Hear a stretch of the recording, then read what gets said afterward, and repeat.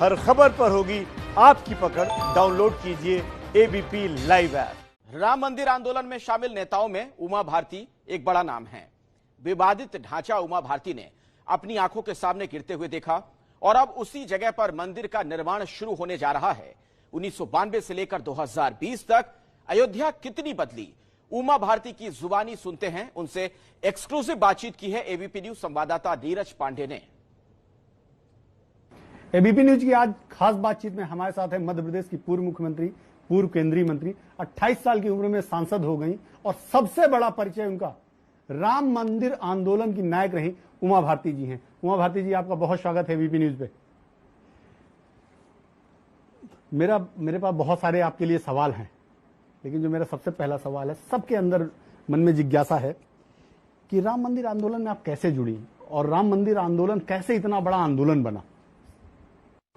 जब मैं 8 साल की थी तब से मैं प्रवचन करने लगी थी। कथावाचक नहीं थी, प्रवचन करने लगी थी गीता पर और रामायण पर। तो मुझे अयोध्या के साधुओं ने बुलाया कि हमें भी आपका प्रवचन अयोध्या में कराना है। महंत रामचंद्र दास परमहंस जी ने वो मुझे राम जन्मभूमि दिखाने के लिए ले गए। मैं छोटी थी, तो तब मैंने देखा कि राम मंदिर पे ताला लगा हुआ था।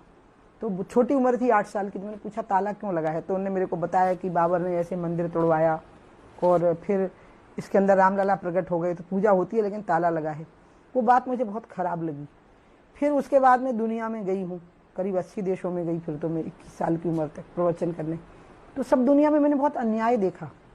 तो मुझे ये घटना अन्याय से जुड़ी हुई लगी कि ये इस देश के करोड़ों करोड़ हिंदुओं के आराध्य की जन्मभूमि है और 500 साल पहले कोई हमलावर आया, उसके सेनापति ने अपनी विजय का स्मारक साबित करने के लिए उस ढांचे को खड़ा कर दिया वहां पे, और अब ये तरस रहे हैं अपने आराध्य की पूजा करने के लिए।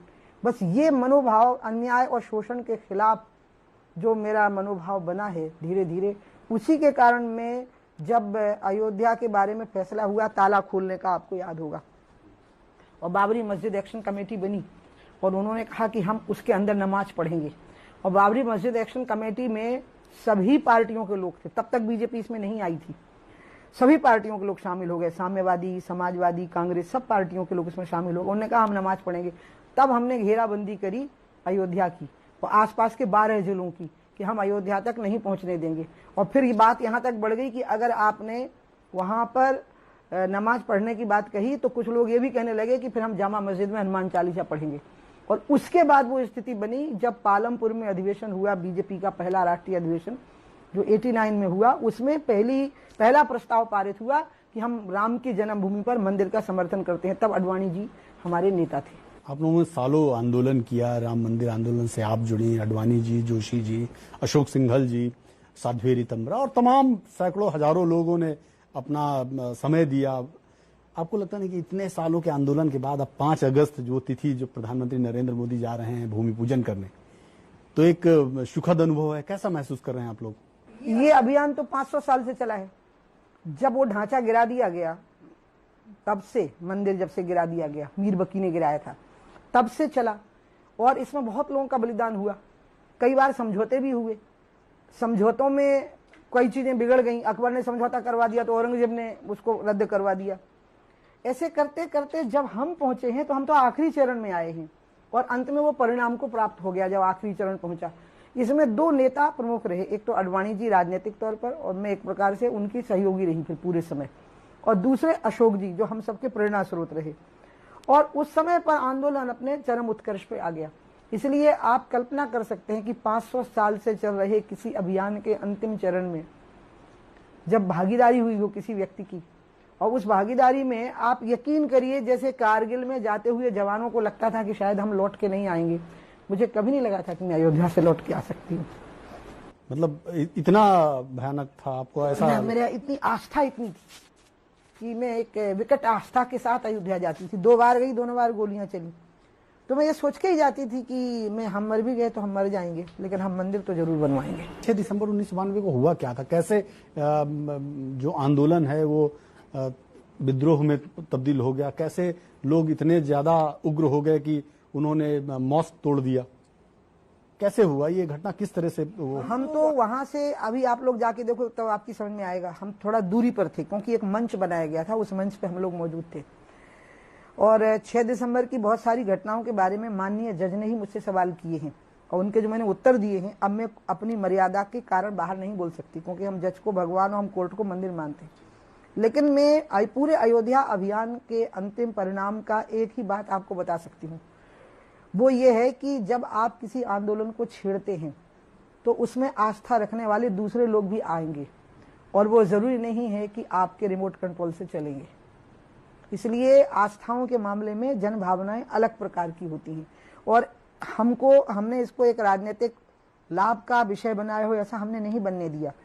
आप याद करिए 6 दिसंबर की घटना के बाद 1 साल तक राष्ट्रपति शासन रहा, फिर चुनाव हुआ 93 में, दिसंबर में ही चुनाव हुआ, हम हार गए, हम यूपी ही हार गए जहां 6 दिसंबर हुआ, हम तो वहीं हार गए, हम हिमाचल भी हार गए, हमारी सरकारें बर्खास्त कर दी इन्होंने और हम हिमाचल हारे, हम मध्य प्रदेश हारे, हम वो सारे राज्य हार गए जो बर्खास्त हो गए थे राम के नाम पे।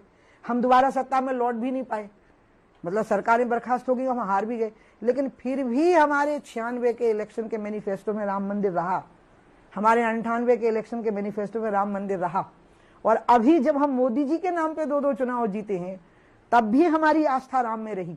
इससे आप समझ जाइए कि हमने चुनावी हार जीत के आंकड़े में कभी भी राम मंदिर के मसले को रखा ही नहीं। राहुल लोगों की नजर में क्या है, एक मजाक का विषय बन गए, इन्हीं बातों से बन गए। उस आदमी को इतना बड़ा मौका मिला था कि वो चाहता तो नेहरू गांधी खानदान की गरिमा को मेंटेन करता, जो नेहरू जी की थी, इंदिरा जी की थी, यहाँ तक कि राजीव जी की थी, लेकिन इस आदमी ने अपनी हल्की बातों से अपना वो हाल कर लिया कि अमेठी ही चुनाव हार गया जो कि इनकी विरासत की सीट थी।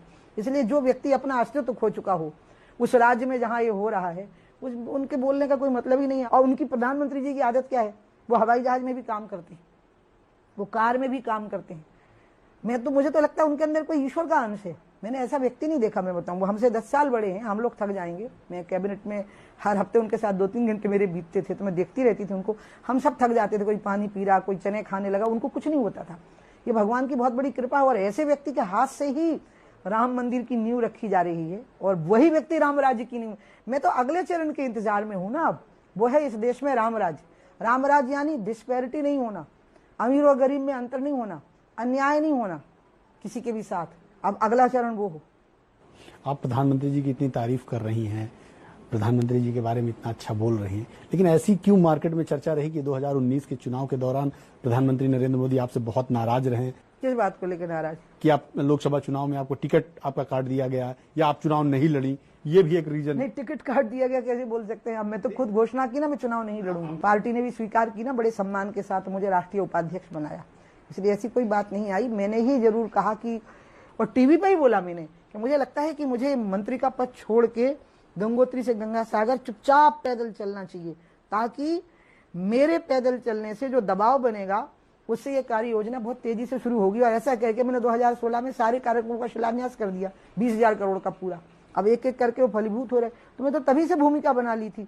हाँ, पार्टी के मन में यह था कि मैं एक चुनाव और लड़ूं, मोदी जी के मन में था, अमित शाह जी के मन में था मैं चुनाव और लड़ूं, लेकिन मेरे मन में था कि नहीं, मेरे चुनाव लड़ने से ज्यादा गंगा का काम जरूरी है। और मैंने उनको कहा कि आप बता दीजिए मेरे चुनाव नहीं लड़ने से आपको क्या हानि होती लग रही है, उस हानि की मैं भरपाई करूंगी।